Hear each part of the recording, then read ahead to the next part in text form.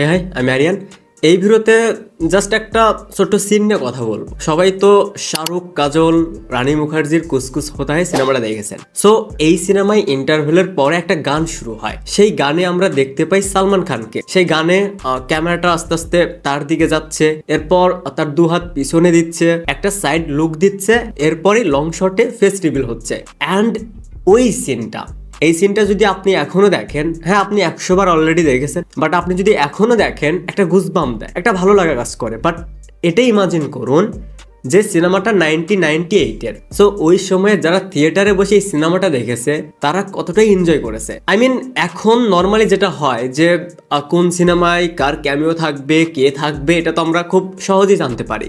And জানার পরেও যখন আমরা থিয়েটারে যাই সেই ক্যামিও পার্টটা দেখে আমাদের ভালো লাগে। বাট সেই সময়ে 1998-এ তখন তো ইউটিউব ছিল না, বিশেষ করে কোনো ইউটিউবার ছিল না, মুভি রিভিউয়ার ছিল না, যে কোনো একটা আপডেট দিয়ে দিল, একটা আপডেট শেয়ার করে দিল, আপনি জানতে পারলেন যে এই সিনেমায় সালমান খানের ক্যামিও থাকবে। সেই সময় কিন্তু সেটা ছিল না। তাহলে ভাবুন, অলরেডি 1998-এ সালমান খান অনেক বড় স্টার, শাহরুখ খানও স্টার। সো এইরকম একটা ফিল্মে যেখানে অলরেডি শাহরুখ খানের মতন স্টার, কাজল, রানী মুখার্জি অ্যান্ড ইন্টারভেলের পরে সালমান খানের এন্ট্রি, জাস্ট ইমাজিন যে সেই সিনটা কি ছিল। ফিল্মের ডিরেক্টর তো ছিল করণ জোহর। সো ওনার ইন্টারভিউগুলো দেখবেন যে এই ফিল্ম রিলেটেড যখন সে কোনো কথা বলে, সেই কথা থেকে একটা নস্টালজিয়া ফিল পাওয়া যায়। এই ক্যারেক্টারটা অনেককে অফার করেছে, রিজেক্ট করে দিয়েছে, বাট ফাইনালি সালমান খান করেছে। আর 90s-এর সময় যারা এই সিনেমাটা থিয়েটারে বসে দেখেছে, যারা জানেই না যে এই গানটা দিয়ে এন্ট্রি হবে সালমান খানের, এটা ইমাজিন করলেও দারুণ কিছু ফিল হয়। কুসকুস হোতা হ্যায় এই সিনেমাটা